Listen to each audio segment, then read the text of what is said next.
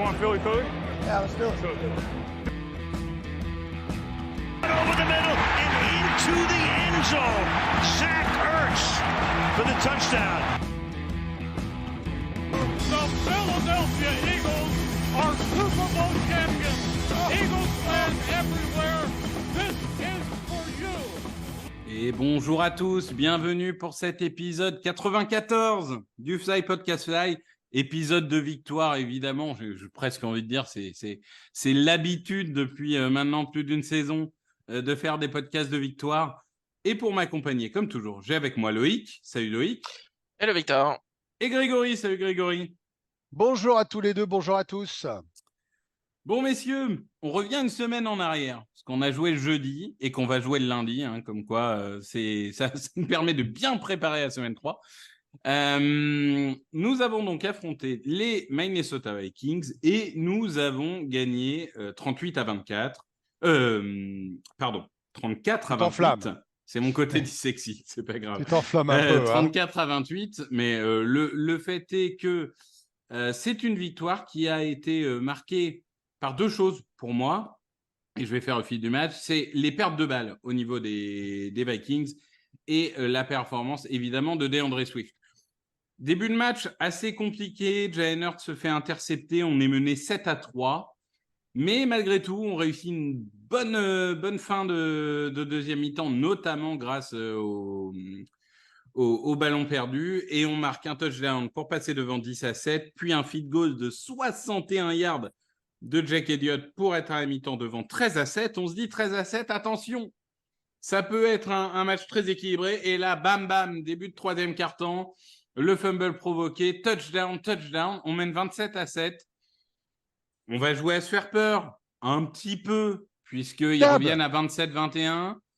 Derrière, le touchdown de DeAndre Swift, j'ai envie de dire le drive de DeAndre Swift, parce que globalement, il n'y a eu quasiment que lui. On est devant 34-21. Ils marqueront un touchdown pour l'honneur à la fin, 34-28. Et on remporte ce match sur une dernière passe incomplète. Excusez-moi, Loïc. monsieur Roulier. Oui. Non, pardon. Je voudrais faire amende honorable. Je voudrais, devant tous les fans des Eagles, devant Victor et Loïc, non pas admettre une faute, parce qu'évidemment, à partir du moment où j'ai révélé Jalen Hurts à la planète football américain, je suis intouchable. Non, je mets ça en préambule. Je tiens à dire que vous aviez possiblement raison, monsieur Loïc, sur le fait que si l'on met un coureur qui peut aller droit avec cette O-line, ça peut faire mal. Ça ne veut pas dire que j'accuse bébé Miles, mais je constate sur un match que DeAndre Swift a fait une performance extraordinaire. Voilà, pardon, préambule terminé. Ça c'est une certitude.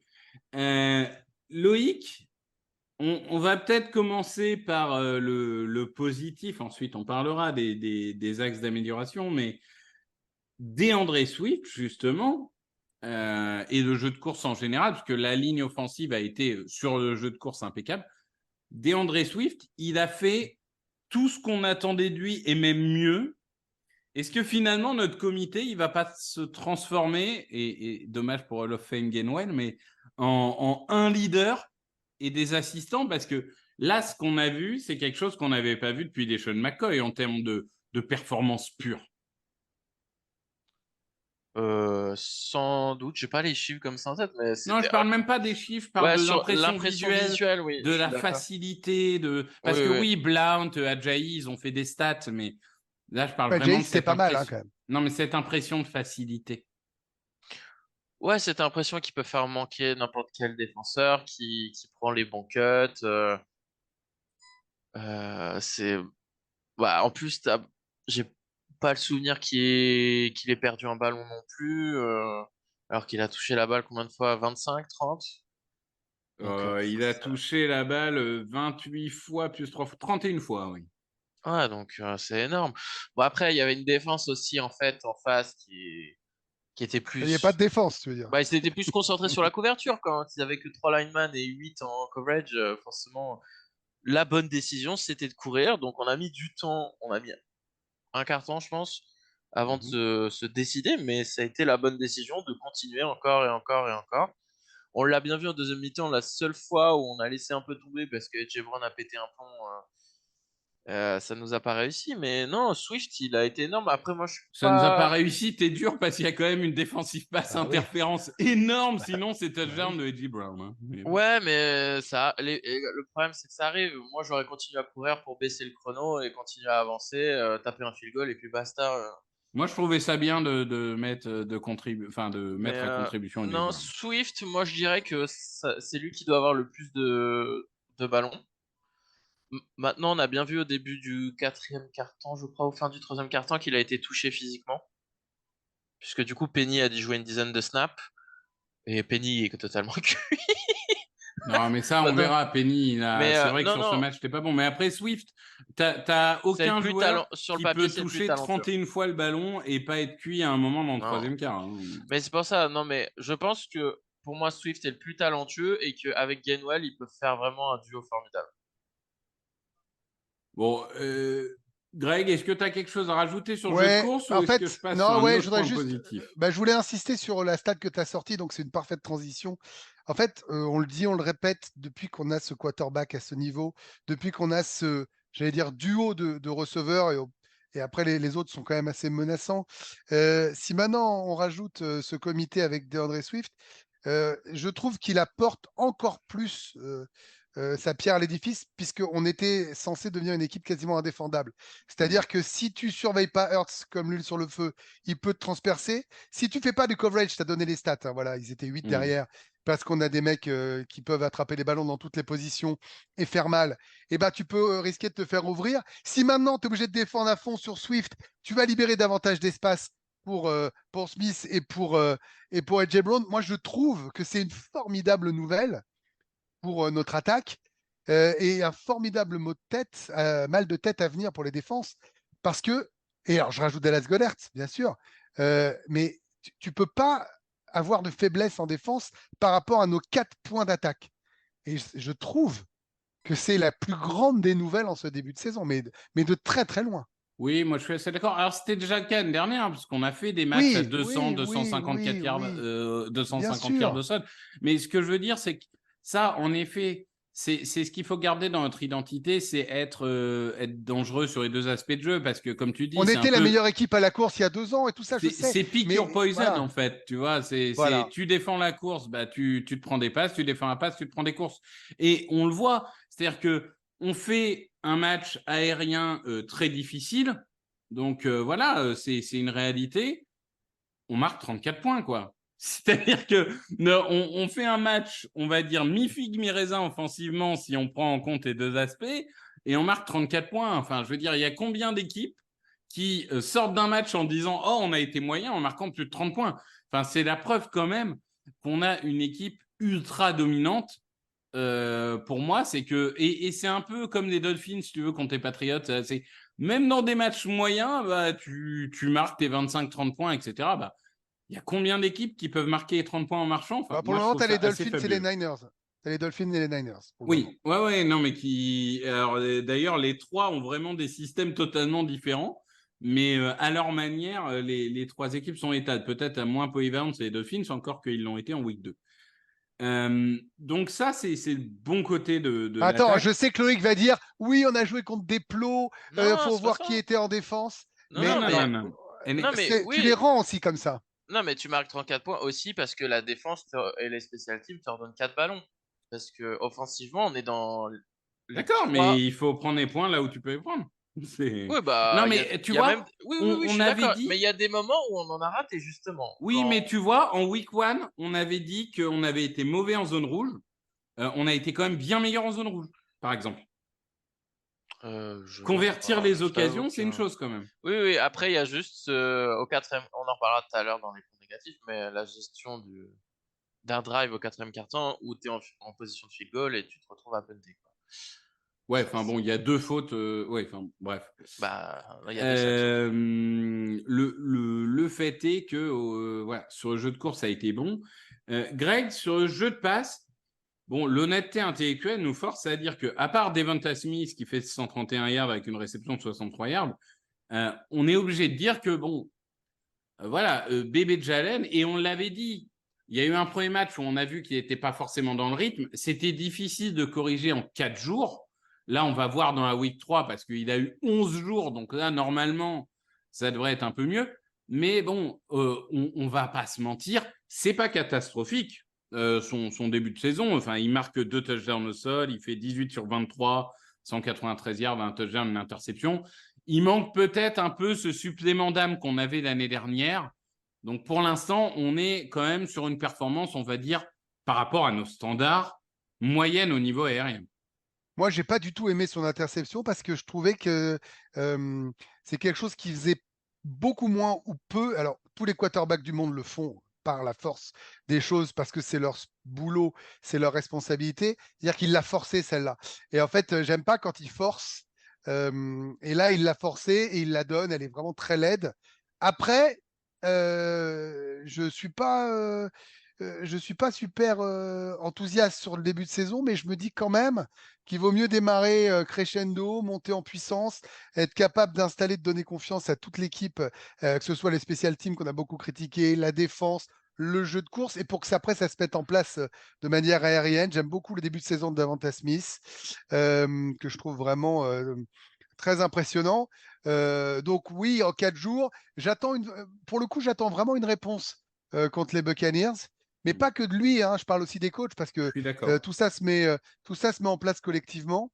Donc, j'ai pas du tout aimé cette interception, n'était pas belle. Après, j'aime bien la façon dont ils répondent, lui et les autres, quand il se passe ça. Et je reviens toujours sur mon credo du no panique, de ce body language et de cette faculté à ne pas s'alarmer alors que les fans peuvent s'arracher les cheveux de temps en temps. Il faut quand même bien se rendre compte à quel point on est gâté. Donc, évidemment, on est très loin du début de saison idéal en termes de stats et d'impression. Mais comme tu l'as dit, en étant moyen plus, parfois brillant, parfois pas bon, bon, bah, ça fait 2-0. Il faudra voir maintenant quand le niveau s'élève aussi, parce que on va avoir, on l'a dit, après la 5e journée, des adversaires remarquables. Et je trouve que ce match contre les Buccaneers, il tombe à pic, parce que personne ne les voyait si bons, enfin en tout cas statistiquement. Non mais d'accord, mais ils sont quand même là où ils sont, les Buccaneers. Donc, ouais, j'attends une réponse. J'attends une réponse de bébé Jalen, mais j'attends aussi, j'ai envie de te dire, surtout une réponse collective pour que toute l'attaque soit au même niveau. Ça, c'est sûr, on y reviendra, hein, mais je veux dire, autant je pense que les Buccaneers ne seront pas un problème en week 3, autant c'est vrai que par contre, c'est une belle défense qui est plutôt complète et qui a des outils pour nous gêner. Donc, ça sera quand même un beau test pour l'attaque. Non, puis tu n'auras pas d'excuses. C'est-à-dire que tu as eu le match 1, on l'a dit, match 1, match 2, pareil, 4 jours après.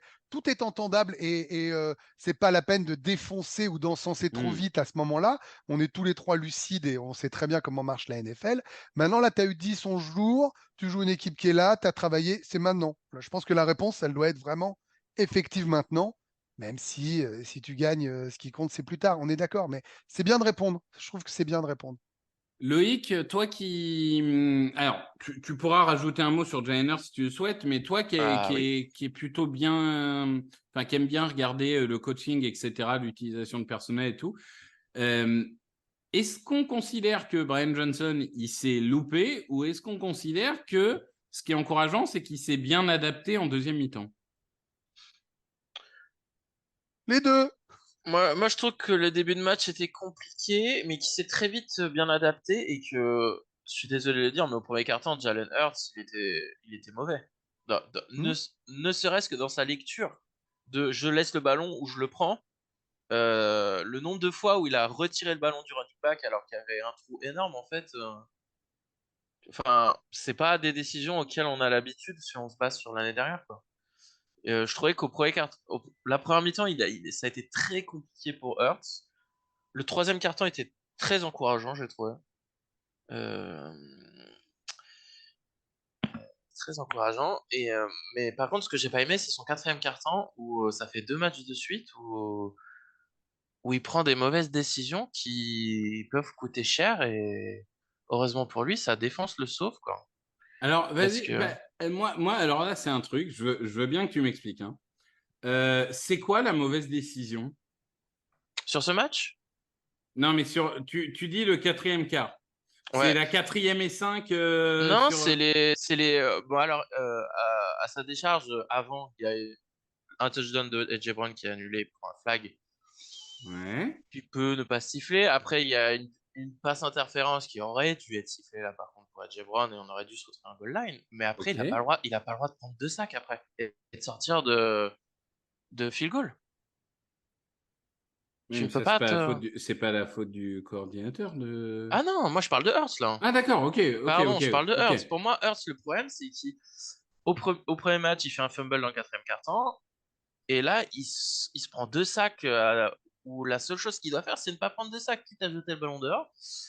Et je trouve que par rapport à l'année dernière, il nous a pas habitués à ça. Et pour revenir à ce que disait Greg sur son attitude, moi, pendant ce match, j'ai trouvé qu'il était moins cool que d'habitude. Je trouvais qu'il avait il a peut-être la pression de. Tu sais, l'année dernière, personne n'attendait. Il fait une saison MVP. Là, tout le monde s'attend à ce qu'il fasse à nouveau une saison MVP. C'est pas toujours facile à digérer. Hein. Ouais, je trouvais qu'il. Ça va être idiot, mais comme le dit Greg, on le trouve souvent très calme, très posé. Et là, je trouvais qu'il avait beaucoup de mal à respirer. Il était très emprunté. Je sais pas. Moi, ça m'a pas autant choqué, mais après, ce que dit Victor, il a raison, mais c'est à lui maintenant de trouver les clés. Parce que le truc, c'est que, une fois de plus, ça fait que 2 journées. Hein, donc, mais la réalité, c'est que oui, c'est sans doute plus dur à supporter. Et le poids de ton contrat, t'as beau avoir dit, j'en laisse un peu pour mes copiers, ben maintenant, tu vaux 250 millions. Tu valais pas 250 millions l'an dernier. Donc, bien sûr. Je suis d'accord. Mais après, la réalité, c'est que s'il est payé ce prix-là, c'est qu'il doit être capable de répondre. Voilà, c'est tout. Mais c'est pareil pour tous les quarterbacks. Et quand je vois d'ailleurs, je suis assez surpris. Je fais un petit aparté. Je suis assez surpris quand je vois le début de saison. Bah, les grandes stars, même si là Josh Allen a fait un bon match, sont en souffrance un peu. Je suis assez surpris de ça. C'est rare. Parce que souvent, c'est un sport où ça démarre en fanfare. Ne joue plus en pré-saison. Moi, je reste persuadé que c'est le principal. Non, mais c'est très troublant. Si tu regardes les Bengals, si tu regardes même les Chiefs, si tu regardes les Eagles. Alors, les Niners, c'est autre chose. Mais enfin, moi, Brock Purdy, pardon, j'aurais toujours un doute. Ouais, mais après, Burrow, il est blessé, mais oui. Non, d'accord. Mais c'est qu'importe. C'est compliqué. Je trouve que c'est compliqué. Après, moi, sur Jalen Hurts, clairement, pour moi, alors l'interception est dégueu. Hein, je crois que c'est la plus dégueu qu'on ait vue depuis. Vous vous souvenez l'interception de Carson Wentz en 2020 où il lance en triple coverage sur J.J. Arcega-Whiteside et où là, on a compris que ça serait une longue saison. Vous vous rendez compte des noms qu'on vient de sortir? Ouais. Mais le vrai problème pour moi, c'est le jeu dans la poche, en effet. Parce que, alors, je suis désolé. J'ai vu plein de tweets disant oui, la ligne est moins bonne que les années d'avant. Ils ont déjà pris 7 sacs en 2 semaines, etc. Je les ai regardés, les 7, d'accord? Je les ai regardés en All 22, au ralenti, tout ce que tu veux. Pour moi, il y en a 5 sur 7 qui sont pour Hurts. Il nous a fait une Carson Wentz. Il nous a fait exactement ce que Carson Wentz faisait. C'est je sors, je rentre et je me mets moi-même dans le piège alors que j'en étais sorti. Et honnêtement, ça, c'est la plus grosse régression. Alors, ça ne fait que 2 matchs, donc il a eu 11 jours pour travailler dessus. On va attendre de voir des résultats en week 3. Mais vraiment, moi, ce qui m'a chagriné, c'est que son jeu dans la poche n'a pas été bon. Enfin, je veux dire, n'a pas été bon, n'a pas été au niveau de 2020. On ne comprend pas pourquoi il repart. C'est trappé, mais je pense que soit il se fait trop confiance avec ses jambes en disant je vais leur échapper en me baissant, en accélérant. Mais non, pas possible. Les mecs sont là. Il y a 2 cm d'écart. Soit il y a le syndrome du héros qui pense qu'il peut le faire. Et ça, il faut le gommer parce que ça a buté Carson. Ça a buté Carson. Et puis, il y a eu un début de saison de Mahomes. Alors, c'est pas 2022, je crois que c'est 2021. Où pareil, sur les 4-5 premiers matchs, d'ailleurs, ils en perdent 2, je crois, de mémoire, ou 3. Où il joue au héros toutes les semaines et après il s'est remis la tête à l'endroit. Faut pas que Hurts tombe là-dessus. Après, il a eu 11 jours pour mûrir là-dessus et je pense que ça va aider à le calmer peut-être. Non, mais déjà, on a vu une différence. Le premier quart-temps, pour moi, ça ressemblait à du hero ball. Le gars, t'avais l'impression qu'il voulait tout faire par lui-même. Et dès le 3e quart-temps, c'était beaucoup mieux. Donc déjà, on a vu une progression dans le match. Donc, mais faut pas que... Je suis pas encore inquiet, mais faut pas qu'il garde ce niveau encore plusieurs semaines parce que j'ai peur qu'il soit embourbé dedans après qu'il n'arrive plus à en sortir. Mais donc, après, il a toujours répondu. Tu as raison parce que je pense qu'il est très bien encadré par le coaching staff. Je pense que Sirianni voit ce genre de choses. Tu vois, déjà, il a réagi par rapport à Swift, par rapport à ce qu'il avait dit en match Game 1, en Game 2, comment il a réagi. Je pense qu'on a la chance d'avoir des gars qui voient tout, qui travaillent bien.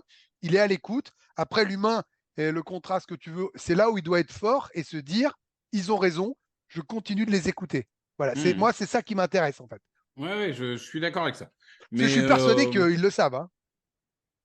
Oui, c'est fortement. Ouais. Et après, pour revenir sur Brian Johnson, moi je trouve qu'il a fait plutôt un bon match et que c'était plutôt encourageant vu ce qu'on avait vu en première semaine dans une short week. C'est à voir sur la durée du coup, Mais on a quand plutôt des même le choses sentiment, moi intéressantes. je rejoins Victor, on a quand même un peu le sentiment quand même. Et je reviens sur mon bilan de la NFL, qui sont un peu rouillés tous, quoi. Voilà, sans jeu de mots sur mon Victor. La réalité, c'est que 7 mois, c'est long, quoi, et que des automatismes, des camps, ça suffit pas. Voilà, j'en suis sûr. Hein. Moi, je reste persuadé qu'il faut jouer en pré-saison. Oui, mais après, Loïc disait la semaine dernière, si le mec se pète, on va les insulter. Il n'a pas tort. Oui, non, mais et puis les Steelers ont été parfaits toute après saison et ça ne leur empêche pas d'être imbuvables offensivement. Ouais. Donc, il n'y a pas de logique. Mais bon, ça, on verra. On a parlé d'attaque, on va passer à la défense. Alors, moi, je dis tout de suite, on s'est fait ouvrir dans les airs, on va y revenir. Mais pour la deuxième semaine d'affilée, la grosse satisfaction, c'est la defensive line. Et je dis bien la defensive line, pas que les tackles. Parce que je pense que Sweat, très doucement, est en train de faire un début de saison de mastodonte. Il est actuellement... Pas doucement. Hein, non, mais je veux dire, il n'est pas aussi médiatique que d'autres, mais il est 4e en termes de pression. Il a déjà 2 sacs. Parce que moi, je considère que les pressions, c'est plus important que les sacs. Mais, en tout cas, plus révélatif du niveau d'un joueur. Mais il est absolument ingérable. Alors, Reddick n'est pas dedans. Mais on sait, hein, il a été blessé avant la saison. Donc, lui aussi, les 10 jours doivent lui permettre un petit peu de retrouver le rythme. Parce qu'il n'était pas dedans pendant 2 matchs. Bon, voilà, c'est comme ça.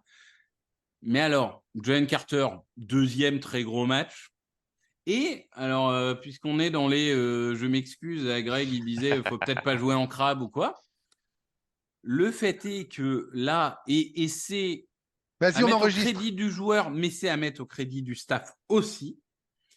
Ils ont reconstruit Jordan Davis à l'intersaison. Il est beaucoup plus mince qu'avant. Tu le sens. Il est beaucoup moins essoufflé. Il est beaucoup plus explosif. Le Jordan Davis qu'on voit là, même à Georgia, je n'ai jamais vu. Et il est excellent. Sur chaque action, il a enfoncé la ligne adverse. C'était franchement une performance à Dexter Lawrence, à la Quinnen Williams. C'était vraiment C'était du porno, excellent. Victor. C'était du porno. Non, mais c'était vraiment incroyable. Jordan Davis a été exceptionnel. Greg, justement, sur cette ligne défensive, je suis comme toi. Bon, notre identité, elle est toujours là. Hein. De toute façon, Howie Roseman, il ne drafte que pour ça, tous les ans. Et on l'a revu cette année avec Jalen Carter et avec Nolan Smith. Les lignes, notre ligne défensive, elle reste dominante. C'est-à-dire que c'est quand même la base de ce sport, parce que derrière les lignes, tu as ceux qui peuvent créer ou qui peuvent protéger. Si tu les aides pas, tu vas galérer. Moi, je suis complètement d'accord avec toi. Je ne vais pas répéter pour répéter, je voudrais juste remettre. Tu as très bien fait d'insister sur Jordan Davis, mais je voudrais insister sur Jalen Carter, parce qu'il ne faut pas passer sous silence quand même ce qui se passe. Et s'il faut le redire pendant les 17 journées, on le redira. Il était le mec le plus talentueux de la draft. Et quand on voit ses stats par rapport au nombre de snaps joués, je pense qu'il est déjà, je vais vous dire, moi je pense qu'il est déjà dans la tête des quarterbacks et des coordinateurs défensifs des autres équipes. Voilà. Et je trouve que c'est la plus grande réussite. Tu as très bien dit. Vous imaginez quand même qu'on gagne ces 2 matchs. Les Vikings, même si ils font une saison qui sera peut-être compliquée, on joue avec un Hurts qui est qu'à 50% de ses stats, un Reddick qui roupille, Jay Brown pareil, et on fait ça. Et moi, je trouve que Jalen Carter, c'est une réussite folle parce que c'est pas du tout Eagles d'avoir des rookies, pas des quarterbacks, des rookies qu'on fait jouer autant. Et la confiance est là parce que le mec est au-dessus. Et que je pense qu'il est aussi responsable du début de saison de ses coéquipiers parce qu'il les emmène. Voilà, et je voudrais vraiment qu'on insiste sur ça. Et si je dois le faire chaque semaine, je le ferai. Non, mais ce qui est dingue avec Jalen Carter, c'est qu'il joue même pas la moitié des snaps en défense. Et pourtant, c'est un des defensive tackles après 2 semaines qui a le plus de double team en fait. Ouais, Phénoménal. il est double teamé sur 66% de ses actions, je crois, donc 2 sur 3. On se rend compte de la dinguerie, quoi. En fait, ce Non. qu'il est en train de faire pour moi, c'est le début d'un defensive tackle de 2e année en fait. Non, mais même pas de 2e année. Enfin, il y a pas beaucoup de defensive tackle dans l'histoire qui se sont fait double teamer 60% du temps. Et ce qui est terrible, c'est que du coup, il double team Carter et du coup, Davis, il fait le ménage, quoi. Enfin, et c'est ce qu'on lui demande. C'est ce qu'on lui demande. Mais pardon, c'est pour ça que j'ai insisté sur Carter, hein, parce que tu as bien fait sur Davis, mais parce que comme il y a la tension et son début de saison extraordinaire, bah, ça libère de l'espace pour d'autres et la confiance est encore plus grande. Après, sur le fait qu'il joue à moitié des snaps, c'est pas parce que tu fais 12 pressions sur 50% des snaps que tu en feras 24 sur 100%. Non, bien sûr. Il y a l'aspect fatigue. Plus... C'est sûr que, tu vois, il ne joue pas le premier drive de souvenir. C'est Cox quasiment tout le premier drive. Forcément, quand il arrive sur le second drive avec une attaque qui a déjà joué avant, bah, il profite aussi de la fatigue adverse. Donc, le faire jouer à moitié des snaps, c'est aussi stratégique et ça peut expliquer ces très bons chiffres. Mais Victor, on est d'accord que c'était la stratégie dès le départ. On a dit tous les trois que cette profondeur, c'est de talent, de bande de talent, cette rotation qui est notre ADN depuis des années maintenant, de faire jouer à plusieurs avec des niveaux quasi égaux, c'est une force folle. Et tant pis pour les autres. Hein. Puis vu le mastodonte, qui a eu quand même une grosse prise de poids avec toutes ces histoires où il a un peu déprimé avant le Pro Day, puis une grosse perte de poids. Est-ce que tu as envie de forcer le physique d'un gros bébé comme ça pour qu'il se pète pour pouvoir dire il a joué 80% des snaps? Bon, je trouve que c'est bien d'avoir une approche prudente, honnêtement. Non, et puisqu'on est bien coaché, faut saluer. Ouais. Et puisqu'on est dans les mea culpa dans ce podcast, moi je pensais que Cox était totalement cramé, que c'était fini. Je le trouve très impressionnant sur ce début de saison. Donc moi j'espère qu'on va lui descendre son nombre de snaps, parce que là il doit être à 70-75%, pour qu'il reste frais toute la saison. Et en fait, on a un quatuor de defensive tackle, parce que Milton Williams, on n'en parle pas trop, et c'est un peu moins flashy que les autres, mais c'est très bon aussi. Hein. Les 4 defensive tackles sont énormes. Non, mais on est bien d'accord. Par contre, faut arrêter de mettre Kendavius Street. Faut le renvoyer dans la street, justement. Il est sur le terrain pour un snap et il arrive à se mettre hors jeu et à annuler un fumble. Non, mais de toute façon, moi, mon opinion, c'est que Street va être le mec coupé pour mettre un punter. D'ailleurs, on a recruté Brandon Mann, mais qui pour l'instant est en practice squad, non? Ouais, c'est ça. Ils ont 3 matchs d'activation en practice squad. Ils ont 3 matchs pour activer. On est débarrassé de 6 postes. Yeah, parlons des choses qui vont un peu moins bien. Grégory, au niveau du back 7. Bon. Bah ouais. Alors, l'absence de Bradbury, puis faut pas occulter ça. Non, mais voilà. Absence de Bradbury, absence de Blankenship. Il faut le dire. Donc, forcément, ça a un impact. On y reviendra. Pour moi, il y a un joueur du back 7 qui a surperformé. Cependant, on est obligé de dire, quand tu prends 400 yards et 4 touchdowns, enfin, pas 400, 364 yards et 4 touchdowns, on a vu des faiblesses. Josh Jobé, il sera peut-être très bon en remplaçant de Maddox, parce qu'on va y venir, Maddox est out pour la saison, mais il sera peut-être très bon dans le slot à l'extérieur. C'était parfois un peu compliqué avec en plus ce gros touchdown. C'est pas compliqué, c'est pire que compliqué. Victor. Non, moi je suis pas d'accord avec toi, Greg. Moi je trouve qu'il y a eu beaucoup de problèmes de communication et que du coup, c'est comme quand t'es gardien de but. Ouais, mais quand t'en changes 2 sur 4, quand tu changes 2 defensive backs sur 4, il y a forcément des problèmes de com. Mais c'est pour ça que je dis facilement que c'est compliqué, mais ça veut pas dire que c'est que de sa faute. Oui, bien sûr.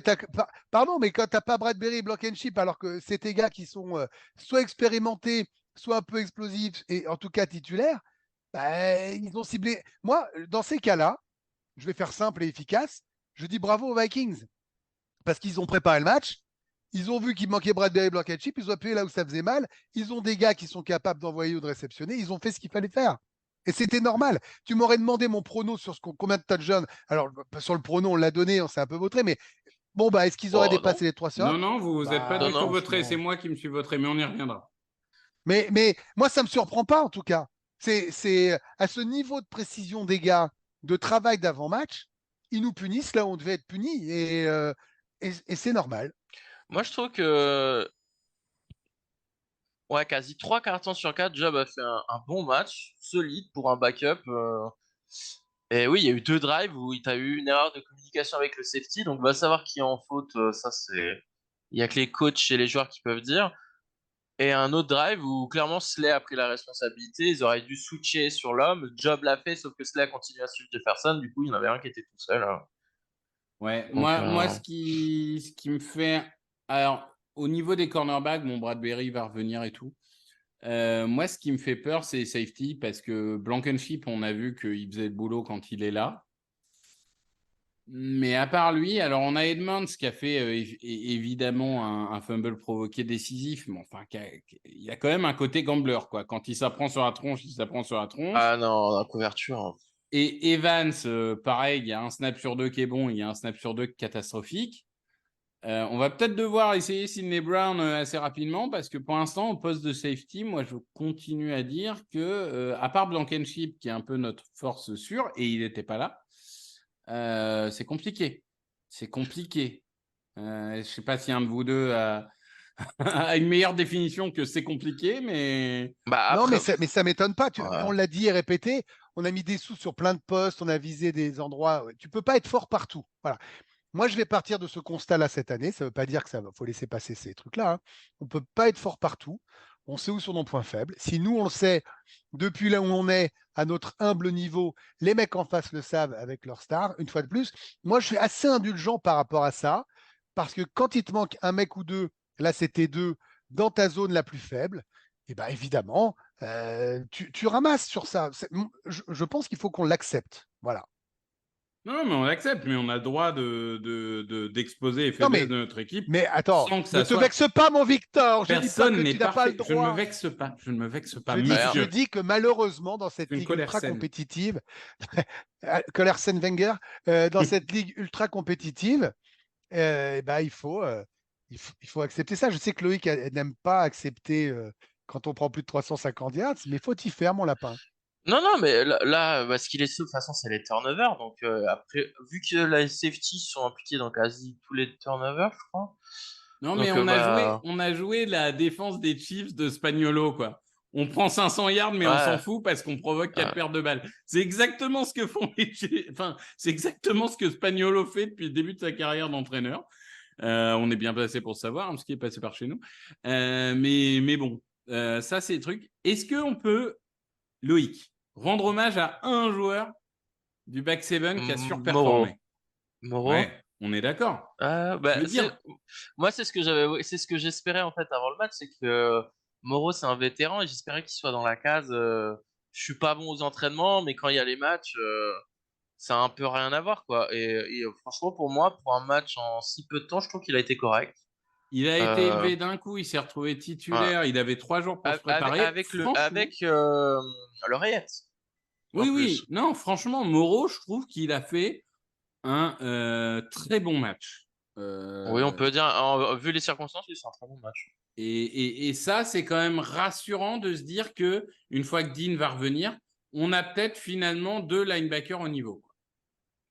Ouais, et puis même Cunningham n'a pas fait un mauvais match au final. Non, il n'a pas fait, pas un mauvais match, mais enfin, il y a un truc où il pourra jamais rien faire, c'est qu'il a quand même une petite charrette, quoi. Ouais, non, mais après, tu peux pas prendre des vétérans au salaire minimum dont personne n'a voulu. Bien sûr, et espérer que ça soit des All-Pro. Après, c'est vrai qu'il a un peu nos 3 fiacs réunis, quoi.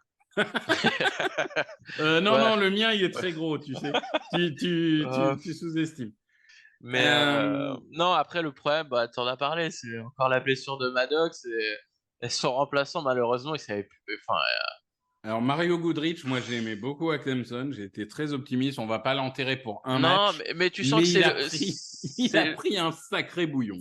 C'est le mec qui arrive, qui était pas censé jouer. C'est son premier match NFL et ça va trop vite pour lui. Il est dépassé. Bah quoi. oui. Trop, surtout qu'en face, t'as TJ Hawkinson, quoi. T'as pas Jean-Michel n'importe qui, quoi. Non, mais c'est ça. Pauvre gamin, quoi. Mais oui, pauvre. Moi, franchement, je l'accable pas parce que tu joues à des meilleurs. C'est la pression. Tu parlais de la saison à renouveler pour Hurt. Bon, tout le monde peut pas. C'est même rigolo, voilà, quoi. C'est rigolo. Il s'est pris un mur. Ça veut pas dire qu'il sera nul toute la saison. Juste là, il s'est pris un mur. Et comme les autres, il aura 11 jours pour prouver qu'il peut éventuellement remplacer Maddox. Pas sûr qu'il. Ouais, je sais pas s'ils vont lui refaire beaucoup Éventuellement, j'ai confiance. pris toutes les précautions du monde. je pense qu'ils vont pas Pas aller sûr que les coachs y aillent. Non, ils vont pas. Je suis pas sûr qu'il ait sa chance autant si vite, si rapidement. Voilà. Bon, équipe pense qu'ils ont pas aimé. spéciale. Ce gros nulos de Jack Elliott a loupé un field goal, hein, vraiment. Ouh Quel gros nulos. 55, non 52 56, je crois, non? Ouais, Il est nul. Il en a loupé un de 56, il en a mis un de 61. 2 sur 3, 4 sur 4 aux XP. Bon, bah, je veux dire, OK, il a loupé un field goal, un XP sur les 2 premiers matchs. L'XP, c'était sous une pluie battante. Le field goal, c'est 56 yards. Bon. Non, mais de toute façon, on sait très bien que c'est la faute de Sipos. Allez. Arin Sipos qui nous a fait du Arin Sipos, 37 yards de moyenne. Enfin, bon, bref. Il est plus là. Hein. Et Britton Covey qui nous a fait un retour pour 2 yards et un fumble et qui a été récompensé par une place dans le roster. Il a une vidéo compromettante de Jeffrey Lurie fait la masseuse ou j'en sais rien. Mais tu sais pourquoi? C'est pas possible, quoi. Mais tu sais pourquoi? C'est parce que Quez Watkins s'est blessé. Du coup, ils avaient besoin un autre receveur dans le roster pour en appeler un autre dans les 53 le jour du match. Non, mais c'est les South Winners qui sont venus mettre la pression sur Howie Roseman. Toi, fais attention. Ils ont menacé de mort et ils ont demandé à Britton Covey. Ouais, mais après sur Jack Elliott, on se l'est passé sur le groupe de fans, mais ce tweet très drôle où à partir du moment où Jack Elliott ne rate pas un field goal de plus de 60 yards, Philadelphie ne fait pas autre chose que d'être champion. Voilà, donc on va gagner le Super Bowl. Parce que c'était côté Giants, deuxième journée contre les Vikings. Donc il est pas deuxième journée, les Giants. Si, c'était deuxième journée. Ah bon? Deuxième ou troisième, mais je crois que c'est deuxième. Tu en vérifieras, mais je crois que c'est deuxième. Troisième. 2 ou 3, soit on était à 2-0, soit 1-0, mais c'est un truc pour qu'on reste. Non, je crois que c'est 3e. Non, on est à 1-1 parce qu'on a perdu contre les Chiefs. Ah non, un partout, on a perdu les Chiefs. Chiefs. Mais justement, je pense qu'on perd contre les Chiefs en deuxième semaine. Ouais, c'est ça. Autant pour moi, ça va, c'est bon. Mais à culpa, parce que c'est le podcast des bien culpa, putain. Bon, du coup, Britton Covey qui est dans le roster, je sais plus quoi vous dire.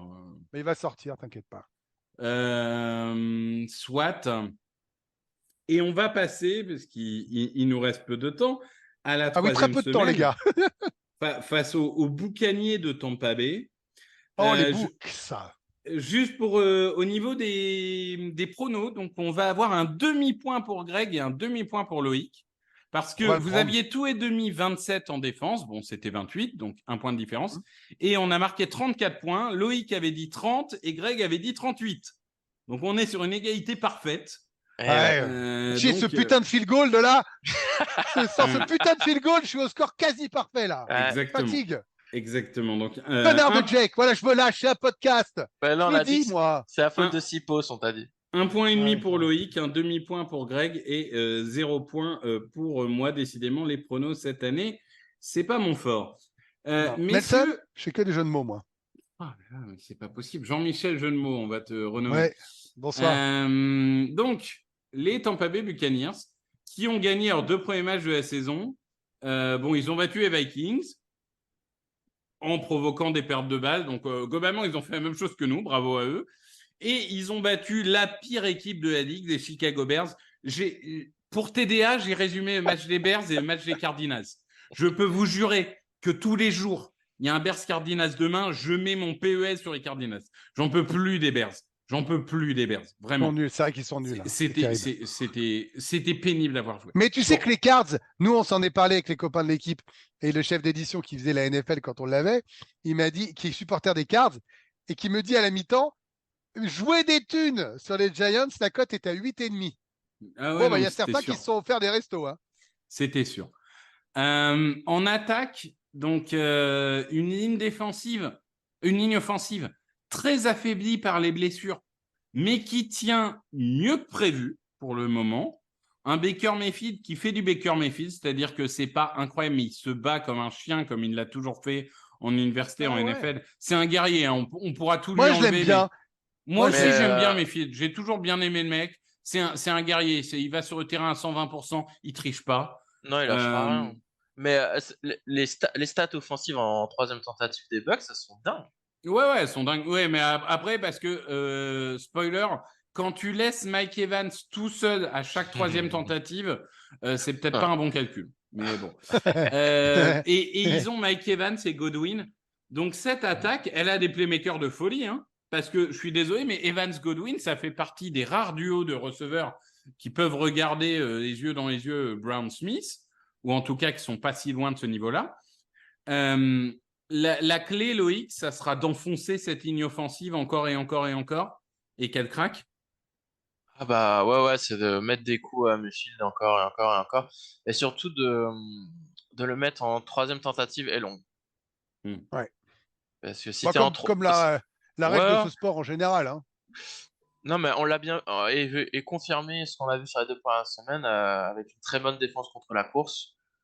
Donc, si tu peux faire en sorte que Mayfield il passe, et à chaque fois c'était 3e et long, 2e et long, 3e et long, tu vas pouvoir provoquer des turnovers, des sacs, des fumbles. Il faut vraiment que Bradbury revienne à 100%, mais comme c'était une commotion, normalement, il n'y a pas trop de. Il sera là. Il y a pas trop de Mais on sait que Darius Slay contre Mike Evans, ça peut être un peu compliqué, donc faut pas laisser trop de temps à Mayfield je suis assez d'accord de avec lancer le ballon.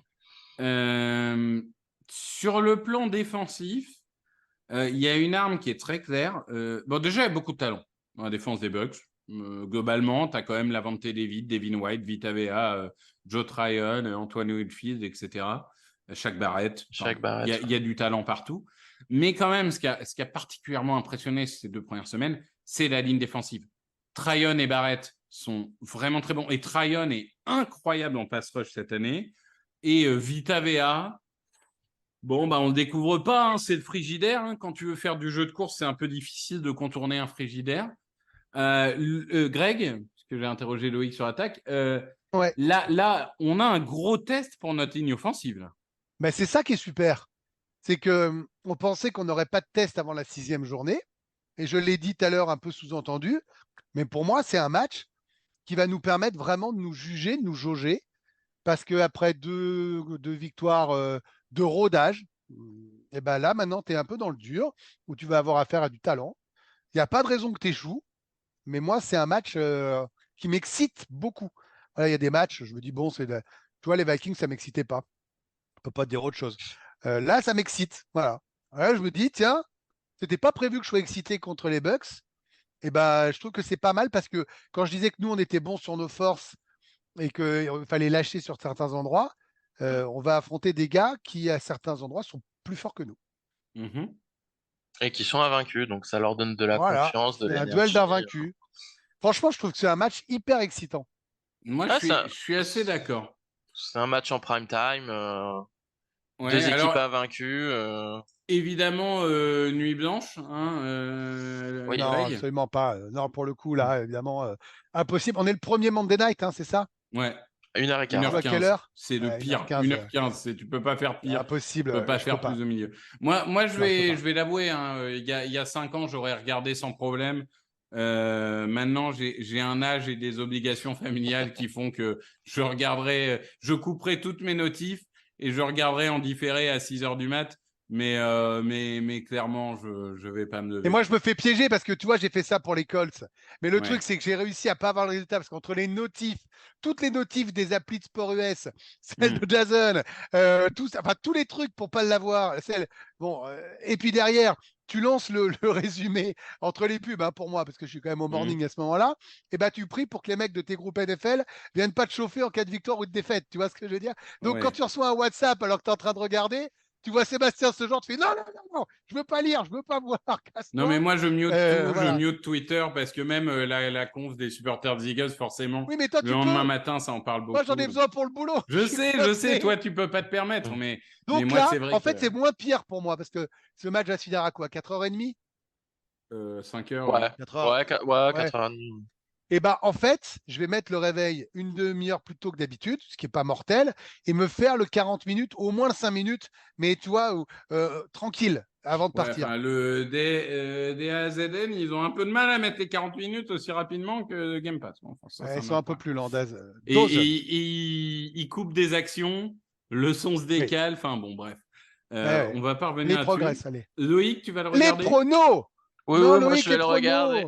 Je vais le regarder et juste pour dire, Victor, je ne te crois pas un seul moment. Je pense que tu vas finir par craquer Non. et te lever et regarder. Il va pas craquer. Il va pas Non, craquer. non, vous je le suis dis là. fort.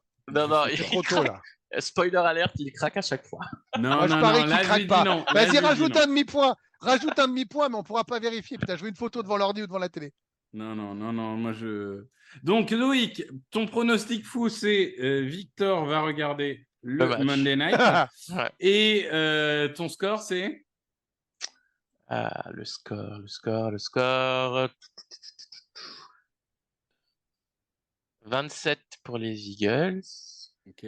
Et 24 pour Tampa Bay. Jamais 30. Mais il m'énerve. Si, il a fait 30 la semaine dernière. Ouais, c'est Du coup, deuxième du classement, Greg, ton prono. Il y aura 43 pour les Eagles, 17 pour les Buccaneers. Évidemment, le score fétiche. Et ta prédiction folle? Je pense qu'il y aura. Il y aura trop. Ah putain, ça rentre pas. Attends, tu fais une bêtise. Il y aura une prolongation, Il y aura- tu sais, le mec. Le mec a rien compris au score. Prolongation à 43-17. Prédiction folle. Attends, parce que j'avais pas pensé à la prédiction folle. Donc donne-moi une demi-seconde. Bah, alors, moi, je vais Je donner mon pense- score en attendant. Ouais, vas-y. 31-7. La victoire assez sereine. Et 160 yards pour Antonio Brown. Toi aussi, t'as un truc Attention, à la tête. C'est pas Attention avec les cassos quand même. Hein. Pour AJ Brown. Ah, pour LG, moi. Bah moi, j'allais dire 3 touchdowns pour A.J. Brown, moi. Après son coup de sang, ils vont vouloir le servir.